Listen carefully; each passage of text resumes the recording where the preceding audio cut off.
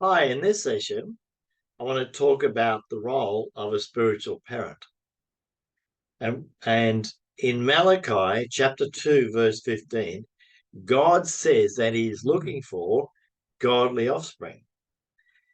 And if that is what God wants of natural parents, how much more he desires it for spiritual parents. And what a tremendous privilege to be able to cooperate with God and experience our friends, relatives, and circle of influence being born again. And in the real sense, they're spiritual babies, and just as with natural babies, they will need care and nurture. And God has given you a vital role as parents to care for and bring up new spiritual babies. In the natural world, when a baby is born, it's not left exposed to the elements. It would be unthinkable that parents would just leave their newborn child outside to fend for itself. No, they will do everything to see that their baby is protected and cared for, even at the cost of their own life, if necessary. The parent's whole orientation is to give up putting their own needs first for the sake of meeting the baby's needs. Have you ever noticed that babies demand lots of care and nurturing? Well, hello. Time, effort, and lots of sleep deprivation go into bringing up a child from infancy. The role of a spiritual parent is no different. Spiritual children need care and nurture, just as a baby needs priority time and much effort. So do spiritual children. And God will give you the awesome privilege of bringing them to birth and also seeing them grow up. That means that you have a God-given responsibility to put the time and effort into seeing spiritual babies cared for and grow.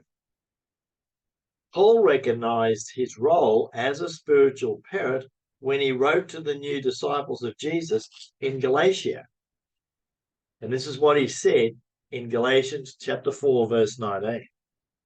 But oh, my dear children, I feel as though I'm going through labor pains for you again, and they will continue until Christ is fully developed in your lives. What commitment!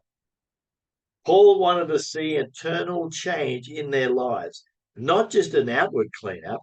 He wanted to see the power of godly character evident in their lives so that others could see these new disciples becoming more and more like Jesus.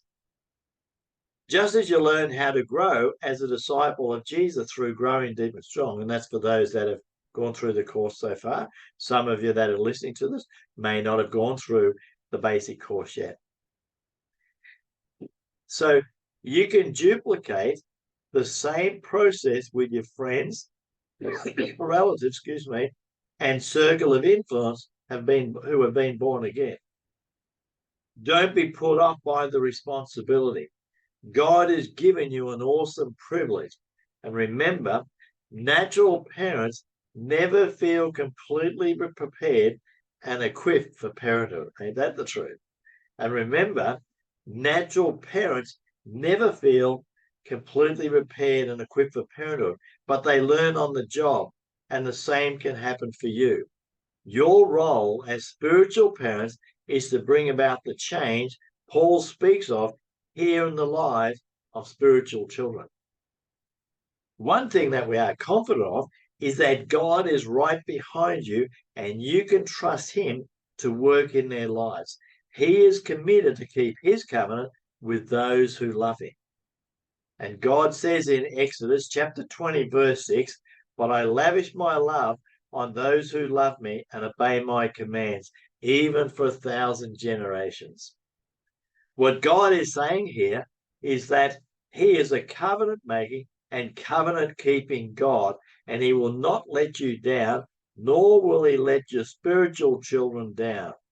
He wants to pass on the blessings you've received to the next generation and to many more generations to come. Trust him. His promise is sure. Paul learned a lot about being a spiritual parent in his lifetime. We've just seen his care for the disciples in Galatia. Now, here's another example from his life. He saw himself as a spiritual parent to Timothy.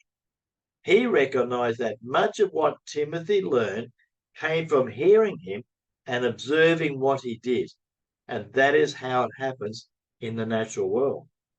2 Timothy chapter 2, verse 2 says this: "You've heard me teach many things that have been confirmed by many reliable witnesses.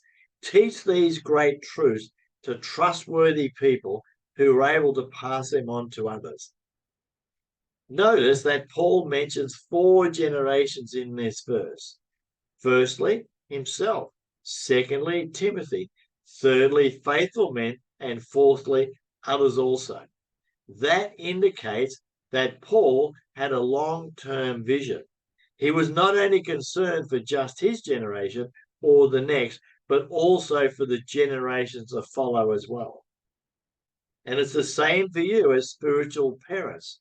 You need to develop a long-term vision so that you look beyond your own spiritual generation to the ones to come, even beyond the next one to future spiritual generations. God wants to give you the joy of being spiritual parents and also the joy of becoming grandparents too. And what an exciting process. You're involved in multiplying the children of God and the citizens of the kingdom of light. And you can rejoice as you see them grow and become strong as spiritual adults. Remember, you're not on your own as new parents. God is with you, and he is ready and willing to give you all the help you need to become a capable and confident parent. When you need wisdom, ask him. He has promised to give it to you abundantly. And James chapter 1, verse 5 promises that if we lack wisdom, we can ask God for it, and he will give it to us in bucket loads. Let's look at the practical application of what we've been considering from the Bible as you take up the privilege and challenge of walking spiritual babies through the first module of Growing Deep and Strong. Firstly, prepare each session in Module 1, laying the foundation a week in advance. You don't want to feed your children stale bread. Get a fresh perspective from God on the session so that you can communicate not just information, but enthusiasm and passion. We recommend that you look through the personal discovery section and then read through the script in the presentation section, thinking about how you can communicate it effectively. And I suggest that you read it out aloud beforehand. And this is what I do, and you may not see it in here. We've created all of Growing Deep and Strong that it can be duplicated, including this on how to disciple others. But let me show you my page if you can see it. But if you look close enough there, you can see there's all little pencil marks and comments beforehand. So I've read this beforehand and put little pencil marks in. So I put one little pencil mark in to have it where I need to pause it. I put 2 pencil marks in where I need to make sure it's a full stop and I need to make sure there's a gap. And then I'll put 3 pencil marks and write in pencil pause to make sure that I stop before I go on to the next topic. And what that does is it helps you to stay on track and present it with clarity and precision. And I trust and hope that what I'm doing here is achieving that with what I'm, by what I'm saying is I'm demonstrating on just how easy this is to do. And so, yep, it's worth reading out aloud and reading it out beforehand and pace yourself. And that's how you pace yourself with the little pencil marks and whatever. And it really works. And I've started teaching others that, and it's working very well for them as well. Secondly, when you come to present the session's topic, stick to the script in the coach's manual. We've written it to be as short and sharp as possible. And we want you to receive we want your disciples to receive the topic accurately. And that will help you to model what a coach does so that when it comes to their turn, your disciples will be confident in taking up the challenge to become coaches themselves. Don't be distracted by other issues or too many other illustrations. Remember, we want you to keep to the topic. Also, we want to keep the time you meet together as short as practical so that your disciples do not become weary or being out too long or receive information overload. And so it's important to understand with the way we've written Growing Deep and Strong, it is an intentional discipleship path where you're giving it. For those that have read Module 1, you'll see it where we say, how do you eat an elephant? Well, it's one bite at a time. So this typically in Module 1 or in Module 1, the basic course, is a 20-week journey. So you don't try and give them all the information on one night. And sometimes you'll be getting revelations in your own mind as you're presenting it, but it's so important to stick to the script and keep it the way it is.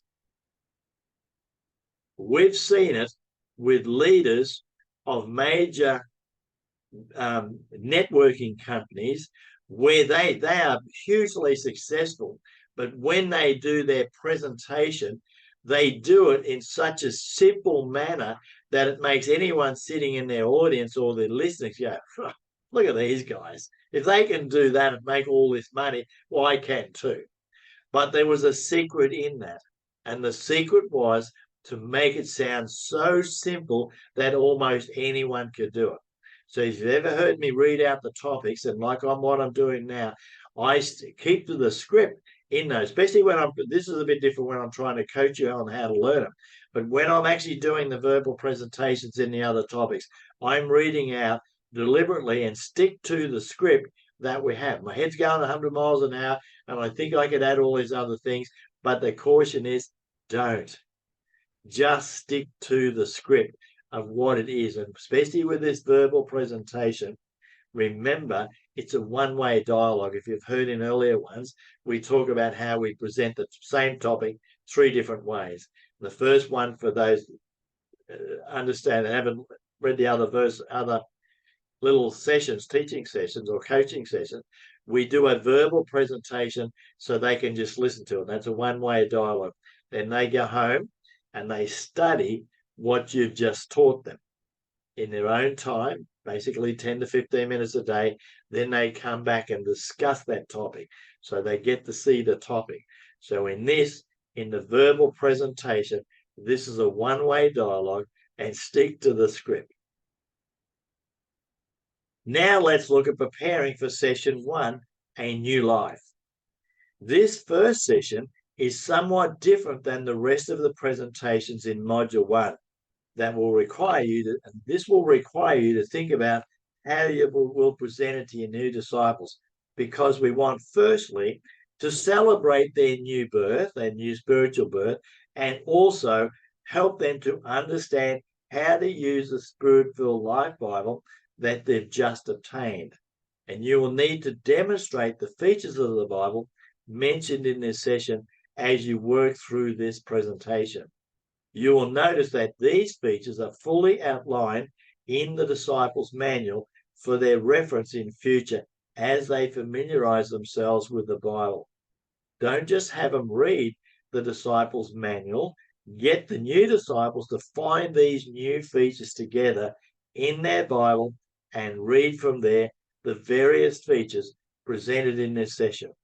And there's nothing like hands-on expression for them. So just 1 second, I'll grab this Bible that we use.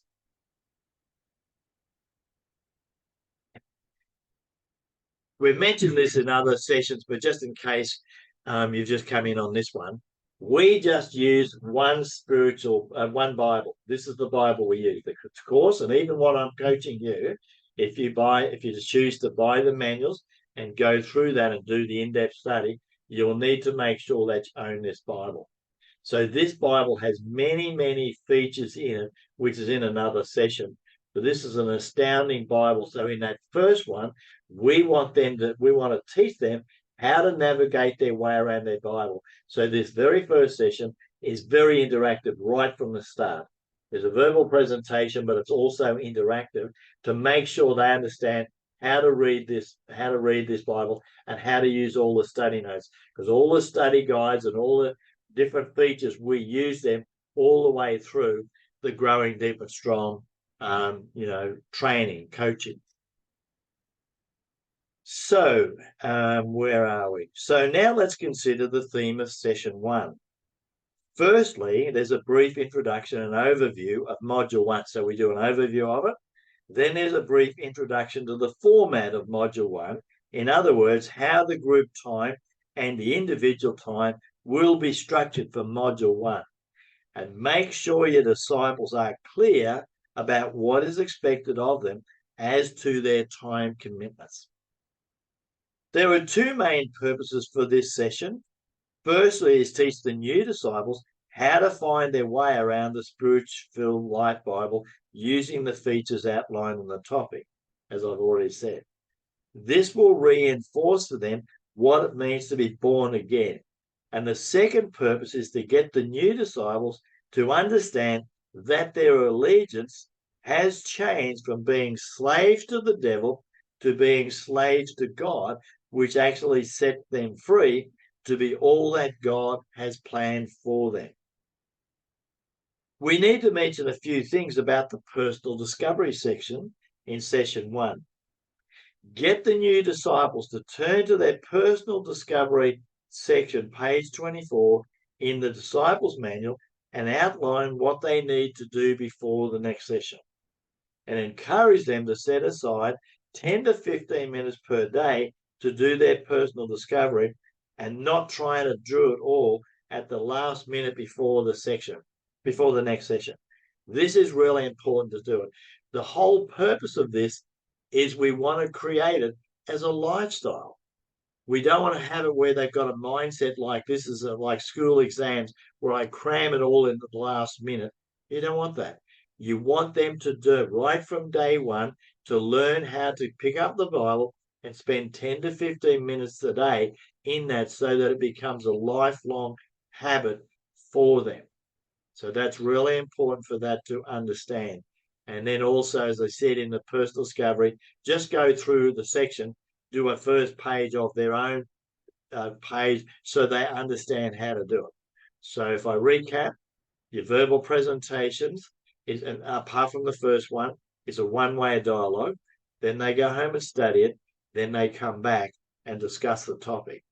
And apart from that, on this first one, those that have already gone through Growing Deep and Strong will understand what I'm talking about with this module 1. Those that haven't, you'll understand it when you see the disciples manual, how it's constructed on that first one. And we want to teach them how to use the Bible.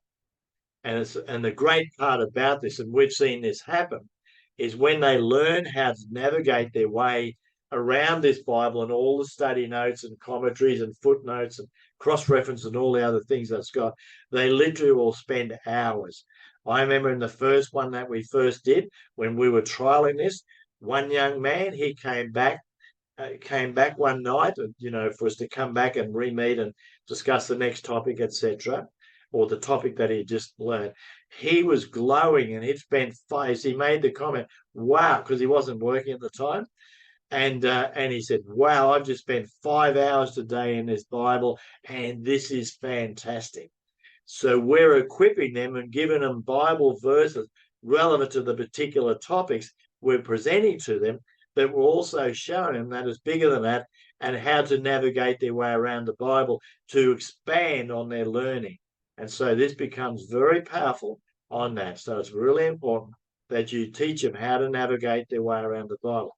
Now, just a caution with you, I've seen this with grown adults that have never opened the Bible in their life, basically get so overwhelmed, and I've seen people burst into tears, right, with it, because they just feel so overwhelmed.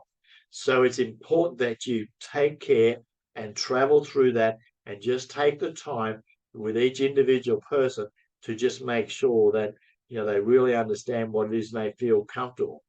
Because if you've ever learned to ride a bike, you'll know that you just didn't jump on the bike and just ride it down the road. You fell off a few times, etc., etc. But once you learned, it was basically any time in your life you could get on the bike, and within a few pedals down the road, you're back to it again because it became normal. So this first session is really important because of that. So the other thing is we're to draw their attention to the fact that they're now enjoying a new relationship and they're living in the new kingdom, the kingdom of God. And the most important thing to end this presentation is to communicate the joy in heaven over their new spiritual birth and to impart enthusiasm about the great journey they're beginning with as God, their ruler. Okay? So next session, you will discover more about baby talk, learning to communicate with your spiritual babies. Now, in your book, if you bought the book, and I'll just pick one up here, in your Disciples Only, and this is the advanced course, it'll become known as the Leaders course, but at the moment it's called the advanced course. This is out of Discipling Others, which I've just read. Here's your note-taking section that you've got from what I said, but then also you've got a very short study section here, which goes for about 12 minutes. So what I've just taught you on this, you've actually got, information to fill out. So if you haven't bought the course or bought the manual, I'm sorry, it's just only what I basically said. But if you bought the course, you can go to our website, in the shopping cart, you just look for Disciples Advanced Course, or later on it's going to become, the Leaders course, but the Disciples Advanced Course, and you can pick this up. It's less than $100 to do that. I think it's about $90 or $89 plus freight or something. And you can buy this and follow me through on the notes. All right, so trust that you've enjoyed that. So see you next time.